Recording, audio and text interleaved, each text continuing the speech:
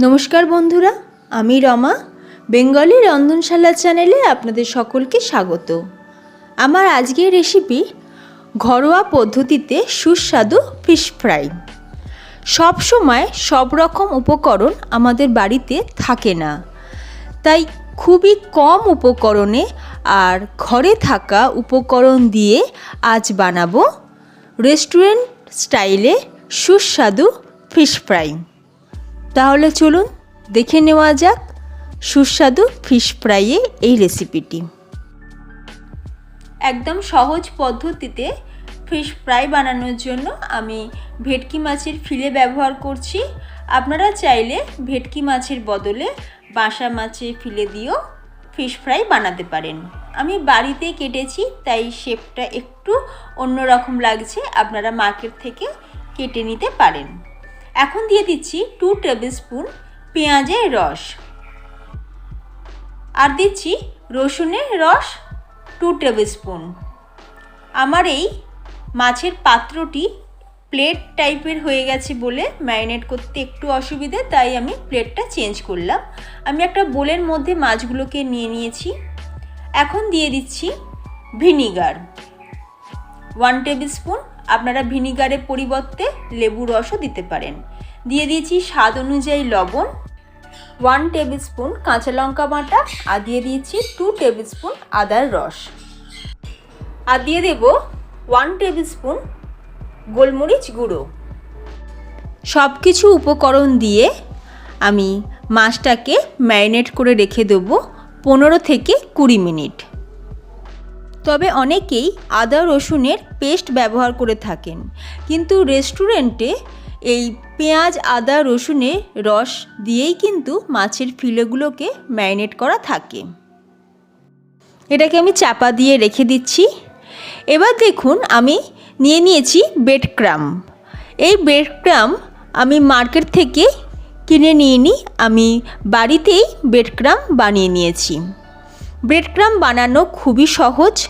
পাউরুটিকে নিয়ে একটু রোস্ট করে সেটাকে মিক্সির মধ্যে গুঁড়িয়ে নিলেই কিন্তু ব্রেড ক্রাম্ব বাড়িতেই বানানো হয়ে যাবে।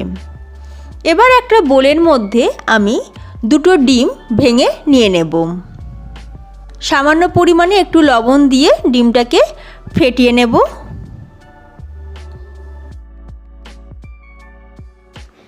এবার অন্য একটি পাত্রে আমি দিয়ে দিচ্ছি 5 টেবিল চামচ কর্নফ্লাওয়ার, আর দিয়ে দেব 5 টেবিল চামচ ময়দা। কর্নফ্লাওয়ারের পরিবর্তে আপনারা অ্যারারুটও ব্যবহার করতে পারেন। দিয়ে দিচ্ছি স্বাদ অনুযায়ী লবণ, আর দিয়ে দেব 1 চা চামচ পরিমাণে লঙ্কার গুঁড়ো। সব কিছু দিয়ে একটু মিশিয়ে নেব। নিয়ে জল দিয়ে আমি একটা ব্যাটার তৈরি করে নেব। ব্যাটার খুব বেশি ঘনও হবে না, আবার খুব বেশি পাতলাও হবে না। আমার এই চ্যানেলে লোটে মাছের পকোড়া, ডিমের পকোড়া, ম্যাগির পকোড়া রেসিপি ভিডিও আপলোড করা আছে, আপনারা চাইলে সেগুলো দেখে নিতে পারেন। রেডি করে নিয়েছি। এবার মাছের ফিলে নিয়ে প্রথমে সেটাকে কর্নফ্লাওয়ার আর ময়দার ব্যাটারে 2টো সাইড ভালো করে মাখিয়ে নিয়ে দিয়ে দেব ডিমের ব্যাটারে। ডিমের ব্যাটারও 2টো সাইড ভালো করে কোট করে নেব। এবার মাছের ফিলেটাকে আমি দিয়ে দিচ্ছি ব্রেড ক্রাম্বের মধ্যে। চামচ দিয়ে করার চেষ্টা করবেন, তাহলে কি হবে হাতের মধ্যে ব্রেড ক্রাম্বগুলো লেগে যাবে না। আপনারা চাইলে ফিশ ফ্রাইগুলোকে ডাবল কোটিংও করতে পারেন, তবে আমি সিঙ্গেল কোটিং করেই বানাবো, তাতেও কিন্তু ভীষণই টেস্টি হয়।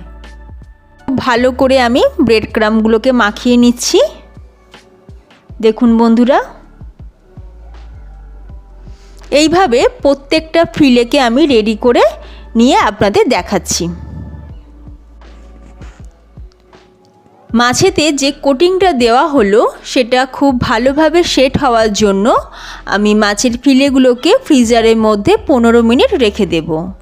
15 মিনিট পর ফ্রিজ থেকে বার করে সেটাকে আমি তেলে ফ্রাই করে নেব। গ্যাসের ওপর কড়াই বসিয়ে দিয়েছি। তেলটা খুব ভালোভাবে গরম হয়ে গেছে।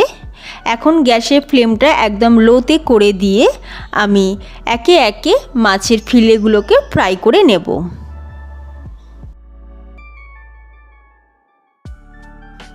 এই সময় গ্যাসের ফ্লেমটা লো টু মিডিয়ামে রেখেই কিন্তু মাছের ফিলেগুলোকে ফ্রাই করে নিতে হবে। হাই ফ্লেমে দিলে ওপরটা মুচমুচে হয়ে যাবে, লাল হয়ে যাবে, কিন্তু ভেতরের যে মাছের স্টাফিংটা সেটা কিন্তু কাঁচা থেকে যেতেও পারে। তাই লো টু মিডিয়ামে রেখে ভালো করে দুটো সাইড ফ্রাই করে নেব। এগুলো হয়ে গেছে, এখন আমি এগুলোকে তুলে নিচ্ছি।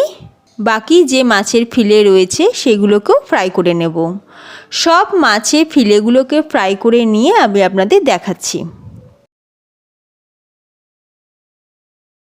সার্ভিং প্লেটের মধ্যে ফিশ ফ্রাইগুলোকে আমি সাজিয়ে দিচ্ছি, আর টমেটো সস আর চিলি সস দিয়ে আমি সার্ভ করছি, আর ওপর থেকে ব্ল্যাক সল্ট আমি ছড়িয়ে দিয়েছি। তো বন্ধুরা, সহজ পদ্ধতিতে দোকানের মতন ফিশ ফ্রাই একদম তৈরি। তো কেমন লাগলো আজকের এই রেসিপি? যদি আপনাদের আজকের এই রেসিপি ভালো লেগে থাকে তাহলে প্লিজ একটা লাইক দিয়ে আমার চ্যানেলটি সাবস্ক্রাইব করে নেবেন। তো বন্ধুরা, আজ এই পর্যন্তই। ভালো থাকবেন, সুস্থ থাকবেন, ধন্যবাদ।